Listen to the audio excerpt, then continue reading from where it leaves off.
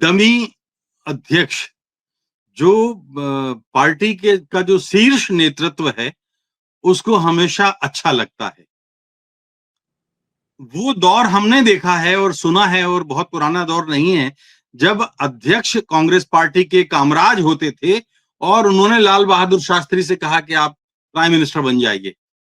मोरारजी देसाई जैसे लोग थे जिनको उन्होंने नहीं कहा, और लाल बहादुर शास्त्री प्राइम मिनिस्टर बने।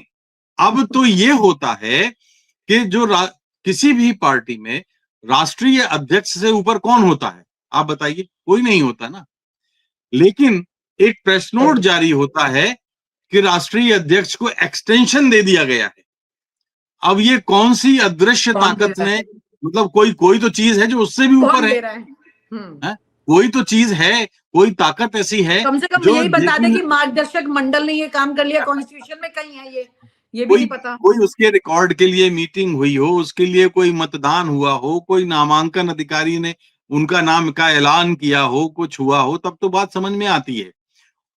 तो एक लोकतांत्रिक पद्धति से चुने गए राष्ट्रीय अध्यक्ष के अंदर एक अपनी ताकत होती है कि मैं बहुमत के आधार पर नेता चुना गया हूं, मैं बहुमत के आधार पर राष्ट्रीय अध्यक्ष चुना गया हूं। और जो बहुमत के आधार पर चुना जाता है, माफ कीजिए, वो अपनी ही पार्टी के प्राइम मिनिस्टर को आदेश दे सकता है। दोस्तों नमस्कार, मैं हूं विनीता यादव और आप देख रहे हैं न्यूज नशादत हर खबर की। खबर बहुत दिलचस्प हो जाती है जब देश के उन खास ओहदों को लेकर के होती है जो देश की आने वाली दशा और दिशा को तय करते हैं। यहाँ पर ये बड़ा सवाल है, काफी दिनों से उठ रहा है, लेकिन बीजेपी है किसका जवाब नहीं देती है। वो कई मुख्यमंत्री बना चुकी है, इस बीच में कई मुख्यमंत्री बना चुकी है, लेकिन अपने पार्टी के प्रेसिडेंट नहीं चुन पा रही है नया। जेपी नड्डा को लगातार खींचा जा रहा है। इससे पहले भी आपको याद होगा, जेपी नड्डा को प्रेसिडेंट बनाने से पहले भी किस तरह से अमित शाह जो है खुद एक उस फॉर्म में काम करते रहे जिसे कहते हैं कि जब तक ये नया व्यक्ति नहीं चुना जाता है प्रेसिडेंट, तब तक उन्होंने अपने मंत्रालय के साथ साथ ये काम चलाते रहे। आखिरकार कौन सा ऐसा डर है बीजेपी के अंदर जो इसे नहीं होने दे रहा है कि मुख्यमंत्री का नाम चल सकता है लेकिन प्रेसिडेंट का नाम अभी नहीं चल सकता है? आखिर ऐसी कौन सी बात है? आइए चर्चा करते हैं वरिष्ठ पत्रकार राजेश बादल जी के साथ में। सर से समझेंगे इस बात को कि ऐसा कौन सा डर है सर, जो कि मुख्यमंत्री तो चुना जा सकता है लेकिन प्रेसिडेंट नहीं चुना जा सकता। ऐसी क्या बात है सर? धन्यवाद विनीता। देखो, मुख्यमंत्री चुनना और पार्टी के लिए राष्ट्रीय अध्यक्ष चुनना दोनों ही अलग कवायद है। और मुख्यमंत्री तो आपको देख ही रहे हैं हम लोग 10 साल से कैसे चुने जाते हैं। लेकिन पार्टी अध्यक्ष के चुनाव में अब खासतौर पर पिछले 10 वर्षों में जो उनके पिछले 5 वर्षों में जो उनको अनुभव हुए हैं, मैं कह सकता हूं कि बड़ा मुश्किल है और बड़ी चुनौती इसलिए है कि देखिए, पहले अमित शाह थे, तो अमित शाह और प्राइम मिनिस्टर नरेंद्र मोदी की केमिस्ट्री अच्छी है और वो केमिस्ट्री अच्छी रही तो जोड़ी चल गई। ठीक वैसे ही जैसे किसी जमाने में लाल कृष्ण आडवाणी और अटल बिहारी वाजपेयी की चलती थी। तो अटल बिहारी वाजपेयी और आडवाणी जी का अगर आपको याद हो, तो अटल जी तो 6 साल तक अध्यक्ष थे और आडवाणी जी अलग अलग, मेरा ख्याल है अगर मुझे ठीक याद है तो 3 बार में वो 18 साल तक, 12 और 6 18 साल तक ये दोनों रहे। तो अब इनके लिए चुनना इसलिए कठिन है कि कुछ अध्यक्ष जो ऐसे आए जो उन्होंने पार्टी के लिए मुसीबत खड़ी की। हम नड्डा से शुरुआत करते हैं कि जेपी नड्डा ने आए और 2 उनकी टिप्पणियां ऐसी रहीं, उन 2 टिप्पणियों ने भारतीय जनता पार्टी का अगर फायदा नहीं किया, नुकसान नहीं किया तो फायदा भी नहीं किया। और एक टिप्पणी उनकी बिहार के में थी जो उन्होंने की थी कि इस देश में अब प्रादेशिक और क्षेत्रीय पार्टियां समाप्त हो जाएंगी। ये उन्होंने बिहार में कहा था। इसका अर्थ ये था कि छोटी और मंझोली पार्टियों के लिए अब कोई संभावना नहीं है। और डेमोक्रेसी इसके उलट कहती है। डेमोक्रेसी में एक नहीं 1000 पार्टियों के लिए संभावना होती है। हर कोई अपना रिप्रेजेंटेटिव चुनवा सकता है, अपनी पार्टी का गठन कर सकता है, उसको इस पर कोई पाबंदी नहीं है। अब उसका नुकसान ये हुआ कि आप देख रहे हैं कि पार्टी की जो स्थिति है, बड़े बड़े ट्रस्टेड सहयोगी पार्टी के छिटक गए।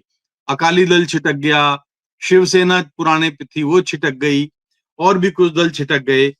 तो अब पार्टी को क्या करना पड़ा मजबूरी में डैमेज कंट्रोल करने के लिए नड्डा के इस बयान पे? उन्हें अपनी नई छोटी पार्टियां गढ़नी पड़ी दूसरी पार्टियों को तोड़ के। जैसे शिवसेना में शिंदे को ले आए, अजित पवार को लेकर के एक नई एनसीपी बना दी। तो इस तरह से उन्होंने प्रयोग शुरू किए उस एक बयान का डैमेज कंट्रोल करने के लिए। जी। दूसरा बयान ये था नड्डा का कि अब आरएसएस की हमको जरूरत नहीं है। अब ये अगर कोई पढ़ा लिखा और बौद्धिक बयान होता तो शायद इसका कुछ लोग विश्लेषण भी करते, लेकिन हम सब जानते हैं कि भारतीय जनता पार्टी के भीतर जो आरएसएस का काडर है, जो कार्यकर्ता है, करीब करीब 50% हैं लोग जो आरएसएस से निकल के आए हैं। तो जाहिर सी बात है पार्टी का राष्ट्रीय अध्यक्ष जब इस तरह का बयान देगा तो वो खुश तो नहीं होंगे, आज भी नहीं है। और उस वक्त भी उन्होंने ये कहा था कि ये जो है अपनी माँ को की आलोचना कर रहे हैं, जिस कोख से राष्ट्रीय स्वयंसेवक संघ की कोख से बीजेपी का जन्म हुआ है, ये उसको ही नकार रहे हैं।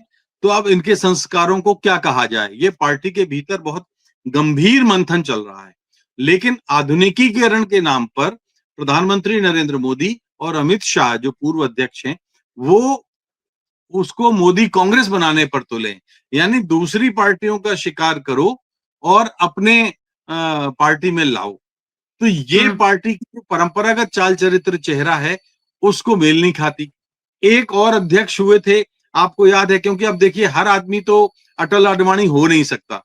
आपको याद है बंगारू लक्ष्मण का मामला क्या हुआ था? जी उनको जी। पैसा लेते ऑन कैमरा पकड़ा गया था, राष्ट्रीय 1 अध्यक्ष लाख थे, रुपए। 1 लाख का। अब आरोप, वैसे नितिन गडकरी एक बहुत ही शानदार इंसान हो सकते थे, लेकिन उनको किसी तरह से षड्यंत्र पूर्वक घोटाले में फंसाया गया और उनको फिर वहां से इस्तीफा देने पर बाध्य होना पड़ा। तो वो ऐसे हो गए। तो ऐसे अध्यक्ष अब उनको, ऐसे जो पुराने अनुभव हुए हैं वो मुझे नहीं लगता। और मुझे ये हो सकता है कि हालांकि ये आसान काम नहीं है, क्योंकि नाम तो इनके ऊपर पास कोई नया है ही नहीं। शिवराज सिंह चौहान का नाम ये चला जरूर रहे हैं संघ के दबाव में, लेकिन ना तो नरेंद्र मोदी उनको पसंद करते हैं और ना अमित शाह उनको पसंद करते हैं। अलबत्ता गणित ये बन सकता है कि अमित शाह खुद एक बार फिर संगठन की कमान संभाल लें, लेकिन तब ये एक व्यक्ति दो पद का जो फॉर्मूला है उसका क्या होगा, उसका काट निकालने में देरी हो रही है। जी। चर्चा तो ये होती है सर, अनऑफिशियली तो वो दोनों पद संभाल ही रहे हैं। ना, वो तो संभाले ही है एक तरह से। आप देखिए कि क्या अमित शाह और नरेंद्र मोदी के इशारे के बिना जेपी नड्डा इन दिनों कुछ कर पा रहे हैं? एक दौर आया था बहुत छोटा सा जब वो जुगनू की तरह कुछ चमके थे, और तब ये लगा कि हाँ जेपी नड्डा कुछ ठीक ठीक कर रहे हैं, नई पीढ़ी का रिप्रेजेंटेशन कर रहे हैं। लेकिन जैसे ही उन्होंने ये जो आरएसएस वाला और ये क्षेत्रीय पार्टियों का बयान दिया, तो हर पार्टी में खौफ आ गया, छा गया। और आप देखिए ना कि बिहार का हमने उस दिन भी बात की थी कि नीतीश कुमार जो जहां 73 पर ठहरे थे 41-42 पे आ गए, इससे पहले और अच्छी स्थिति में थे। तो उनका क्या हाल हुआ, चिराग पासवान का क्या हाल हुआ, दूसरे उन्होंने दो फाड़ कर दिया अपने सहयोगियों को, उसमें उद्धव ठाकरे का क्या हाल हुआ। तो ये जो चीजें हैं, ये हर छोटी और मझोली पार्टी में डर पैदा करती हैं। जब शासन कर रही पार्टी के बारे में, सत्ता पर बैठी पार्टी के बारे में डर या खौफ पैदा हो जाए, तो समझिए कि ये लोग अच्छा लोकतंत्र नहीं है, हेल्दी डेमोक्रेसी नहीं है। जी। सर एक सवाल ये उठ रहा है, क्योंकि सीधी-सीधी बात है कि आरएसएस के दबाव में, क्योंकि मुख्यमंत्री का चयन जो है वो तो फिर भी राज्य की बात है, क्योंकि वो राज्य के फैसले लेगा, वो भी इसमें केंद्र हस्तक्षेप कर लेता है, जिसमें डबल इंजन की सरकार है, कोई दिक्कत नहीं। लेकिन अगर यहीं पर बात होती है पार्टी की, तो वो वाकया मुझे याद आ रहा है जैसे कि मोदी के नाम को अनाउंस किया गया था, राजनाथ सिंह ने किया था, अरुण जेटली उसमें इन्वॉल्व थे। और उस वक्त अगर नितिन गडकरी राष्ट्रीय अध्यक्ष होते तो शायद ये चीज इतनी आसान और सीधी नहीं रह पाती। अब ऐसी परिस्थिति में जो राष्ट्रीय अध्यक्ष एज पर कॉन्स्टिट्यूशन बीजेपी का जो संविधान है उसके मुताबिक वो बहुत मजबूत अध्यक्ष की भूमिका जो होती है पार्टी में, वो फैसले ले सकता है। ऐसे व्यक्ति को ला करके बिठाना जो निष्क्रिय रहता है और फैसले पीछे कोई और ले रहा है, यानी कि ये पोजीशन डमी तो है नहीं। बीजेपी के राष्ट्रीय अध्यक्ष की पोजीशन डमी तो है नहीं, वो मजबूत ताकतवर है, लेकिन वहां पे निष्क्रिय व्यक्ति को बिठा देना, जैसे कैग में बिठा दिया, जैसे सीसी पे बिठा दिया, जैसे आरबीआई में बिठा दिया, और बाकी एक उस स्तंभ पे मैं नहीं जाऊंगी, बड़ा प्रॉब्लम हो जाएगा। लेकिन हाँ, यहाँ पर अगर बात करें तो इस पोजीशन से शुरुआत की है, इस पद से शुरुआत की है बीजेपी ने, देखा जाए तो निष्क्रिय लोगों को लाके बिठा देना जो कुछ ना करे, और ऐसी परिस्थिति में बड़े आराम से वो अपना काम कर सकते हैं। तो ऐसा क्यों नहीं हो पा रहा है कि, पहला सवाल तो ये सर, ऐसा क्यों नहीं हो पा रहा है कि कोई व्यक्ति इस पद पर आकर के स्ट्रांग हो जाता है, कई बार व्यक्ति पद को जिंदा कर देता है, वो क्यों पिछलग्गू बने हुए हैं इनके, नंबर वन। नंबर टू ये सर कि आरएसएस ऐसा कौन सा व्यक्ति बिठाना चाह रही है इस पद पर कि इनकी हालत खराब हो जाएगी, गुजराती लॉबी की टेंशन बढ़ जाएगी। देखिए, पहली बात तो ये है कि डमी अध्यक्ष जो पार्टी के का जो शीर्ष नेतृत्व है उसको हमेशा अच्छा लगता है। वो दौर हमने देखा है और सुना है, और बहुत पुराना दौर नहीं है, जब अध्यक्ष कांग्रेस पार्टी के कामराज होते थे और उन्होंने लाल बहादुर शास्त्री से कहा कि आप प्राइम मिनिस्टर बन जाइए। मोरारजी देसाई जैसे लोग थे जिनको उन्होंने नहीं कहा और लाल बहादुर शास्त्री प्राइम मिनिस्टर बने। इसका मतलब ये हुआ कि पार्टी तब इतनी ताकतवर होती थी कि सत्ता उसको रिपोर्ट करती थी। लेकिन ये बहुत गुजरे जमाने की बातें हैं। अब राजनीति और सियासत के जो रंग हम देख रहे हैं उसमें सरकार या सत्ता संगठन को चला रही है। तो डमी की जो शब्द आपने इस्तेमाल किया बिल्कुल ठीक है। आपको क्या याद आता है कि भारतीय जनता पार्टी में अध्यक्ष पद के लिए आखिरी बार वोटिंग कब हुई थी? याद आता है आपको? पिछली बार मतदान कब हुआ था? अब तो ये होता है कि किसी भी पार्टी में राष्ट्रीय अध्यक्ष से ऊपर कौन होता है? आप बताइए, कोई नहीं होता ना। लेकिन एक प्रेस नोट जारी होता है कि राष्ट्रीय अध्यक्ष को एक्सटेंशन दे दिया गया है। अब ये कौन सी अदृश्य ताकत ने, मतलब कोई तो चीज है जो उससे भी ऊपर है, कोई तो चीज है, कोई ताकत ऐसी है, कम से कम जो यही बता दे कि मार्गदर्शक मंडल ने ये काम कर लिया, कॉन्स्टिट्यूशन में कहीं है ये भी नहीं पता। कोई उसके रिकॉर्ड के लिए मीटिंग हुई हो, उसके लिए कोई मतदान हुआ हो, कोई नामांकन अधिकारी ने उनका नाम का ऐलान किया हो, कुछ हुआ हो, तब तो बात समझ में आती है। तो एक लोकतांत्रिक पद्धति से चुने गए राष्ट्रीय अध्यक्ष के अंदर एक अपनी ताकत होती है कि मैं बहुमत के आधार पर नेता चुना गया हूं, मैं बहुमत के आधार पर राष्ट्रीय अध्यक्ष चुना गया हूं।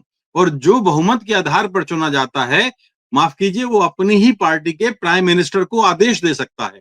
और हमने देखा है अतीत में जवाहरलाल नेहरू को आदेश मानना पड़ा, इंदिरा गांधी ने नहीं माना, वो अलग बात थी। लेकिन वो भी हमने एक दौर देखा जब मोरारजी देसाई प्राइम मिनिस्टर थे तो चंद्रशेखर की स्थिति क्या थी, हमने वो भी दौर देखा है। तो कहने का मतलब यह है कि लेकिन अब वो स्थितियां बहुत बदल गई हैं। अब जो बड़े नेता हैं राष्ट्रीय अध्यक्ष के पद पर, ऐसा कोई नेता नहीं चाहते जिनसे वो उनके पद को खतरा हो, वो एक असुरक्षित महसूस करें। और आजकल कुछ ऐसी सियासत हो गई है कि वो हर सामने वाले से वो अपने भय में रहते हैं। तो जेपी नड्डा से जैसा एक मैं शब्द क्या कहूं, मैं वो शब्द ही, उसके अलावा कोई दूसरा शब्द भी बेहतर सा नहीं है, पिलपिला राष्ट्रीय अध्यक्ष जिसको हम कह सकते हैं, कि जिसका कुछ अपना रीढ़ ना हो, ऐसा कुछ अध्यक्ष उनको चाहिए। और माफ कीजिए, पार्टी में तो मुझे नहीं नजर आता कि ऐसा कोई अध्यक्ष हो। शिवराज सिंह चौहान भी नहीं हो सकते, जैसा जो बहुत नाम उनका आ रहा है। दूसरा जो पाप के सवाल का दूसरा भाग है कि क्या राष्ट्रीय स्वयंसेवक संघ के पास भी कोई ऐसा ट्रम्प कार्ड है, कोई तुरुप का इक्का है? मुझे लगता है आरएसएस के पास इसकी चाबी हो सकती है, बशर्ते आरएसएस की चले। आरएसएस के पास लेकिन आरएसएस की तो चल रही है। कुछ मुख्यमंत्री जो दिल्ली की बात करें, महाराष्ट्र की बात करें, या फिर आप हरियाणा की बात कर लीजिए, तो यहाँ पे आरएसएस की भी मर्जी शामिल रही है मुख्यमंत्री बनाने में, और दिल्ली में तो ज्यादा परसेंटेज रही है बनाने के लिए। देखिए, मैंने शुरुआत में ही कहा कि मुख्यमंत्री बनाने में और राष्ट्रीय अध्यक्ष बनाने में बहुत फर्क है। और कैसा फर्क है, आप हमने शायद पिछले किसी डिबेट में बात की थी कि आम आदमी पार्टी को मैं हमेशा से भारतीय जनता पार्टी की बी पार्टी मानता रहा हूं। बी पार्टी का मतलब यह है कि जो ए पार्टी का सुप्रीमो है वो अपनी बी पार्टी के कैप्टन को तो जिंदा रख सकता है, वो उसको अपने फरमाइशी प्रतिपक्ष की भूमिका अदा करने का काम तो दे सकता है, लेकिन वो भी कभी नहीं चाहेगा कि बी टीम का कैप्टन ए टीम का कैप्टन बन जाए। तो मुख्यमंत्री तो वो आरएसएस को बनवाने दे सकता है, लेकिन वो ऐसा कोई राष्ट्रीय अध्यक्ष बनवाने में उनकी नहीं सुनेगा जो कि प्राइम मिनिस्टर के लिए खतरा बन जाए। जी जी, यानी कि अभी अगर कोई राष्ट्रीय अध्यक्ष आरएसएस के मुताबिक आ गया तो ये तो बात साफ है कि जो एक बड़ा वर्चस्व बनाने की कोशिश एक लॉबी की रही है वो छिन्न भिन्न हो जाएगी और रातों रात जिसे कहते हैं अर्श से फर्श पर आ जाएगी। और ऐसा मुमकिन इसलिए हो सकता है क्योंकि पिछले 5 साल में, स्पेसिफिकली 10 साल में से पिछले 5 साल में जो रहे मोदी सरकार के सेकेंड टर्म जो रही उसमें काफी कुछ जो जिन बातों का जिक्र सर आपने भी किया कि आरएसएस को हीन भावना में ला करके खड़ा कर दिया गया था, अब वो वापस आगे फॉरवर्ड आना चाह रही है उसमें, और कंट्रोलिंग पावर अपने हाथ में चाहती है। जब सत्ता आती है तो कंट्रोल किसके हाथ में, इसकी लड़ाई शुरू हो जाती है। और ये सबसे बड़ी लड़ाई इस वक्त इन दो के बीच में चल रही है, पार्टी और संगठन के बीच में। शायद इसी वजह से अभी तक ये नाम तो आया है और उम्मीद ये भी नहीं की जा रही सर अभी तो जल्दी आ भी जाएगा भी नाम। देखिए, राष्ट्रीय स्वयंसेवक संघ के लिए ना ये बहुत ही नाजुक वक्त निकल रहा है। हम लोग बायोलॉजी में एक मुहावरा पढ़ा करते थे, स्ट्रगल फॉर एग्जिस्टेंस, यानी अपने अस्तित्व के लिए संघर्ष। जब नड्डा ने उस पुड़िया को, उस तिलिस्म को उजागर कर दिया कि भाई बीजेपी आरएसएस को भाव नहीं देती, बीजेपी आरएसएस के महत्व को कमतर मानती है, तब आरएसएस को लगा। और अब आरएसएस अपने लिए दोबारा अपनी दुनिया गढ़ने की, रचने की कोशिश कर रही है। और ऐसे में मुझे लगता है कि राष्ट्रीय स्वयंसेवक संघ को अब आने वाले दिनों में हम थोड़ा सा आक्रामक होते हुए भी देखेंगे। अफसोस की बात यह है कि आरएसएस के लोग जिन मुद्दों पर आक्रामक होते हैं वो मुद्दे उनको अपनी ही पार्टी के अंदर प्रभाव पैदा करने में सक्षम नहीं है। वो एक जन धारणा तो बना सकते हैं हिंदू राष्ट्र बनाने को लेके या नाम बदल देने को लेके या किसी भी बात अल्पसंख्यकों के बारे में, लेकिन उससे बीजेपी को क्या फर्क पड़ता है। लोग तो यही समझते हैं कि यही तो बात बीजेपी कहती है, तो बीजेपी की नीतियों पर ही तो आरएसएस चल रहा है, या आरएसएस की नीतियों पर ही तो बीजेपी चल रही है। ये बात जी, लेकिन ये फर्क के साथ अभी सत्ता के सुख भोगने का भी फर्क यहाँ बड़ा आ गया है, किसको कितना कमाना है ये फर्क भी यहाँ पर आ गया है, किसकी जेब में कितना जा रहा है। बहुत सारी चीजें हो गई हैं, पर्दे के पीछे चल रही हैं। आम जनता बेचारी भोली भाली, उसे समझ में आता नहीं है। शायद इन सब चर्चाओं से उन्हें समझ में आया कि पर्दे के पीछे कहानी क्या है। बहुत बहुत शुक्रिया sir, thank you so much for sharing your thoughts with us. Thank you sir. और आप हमसे जुड़े रहने के लिए सब्सक्राइब करें YouTube पर, फॉलो करें Twitter पर और लाइक करें Facebook पर। और ज्यादा जानकारी के लिए आपको टाइप करना होगा सिर्फ न्यूज़ नशा।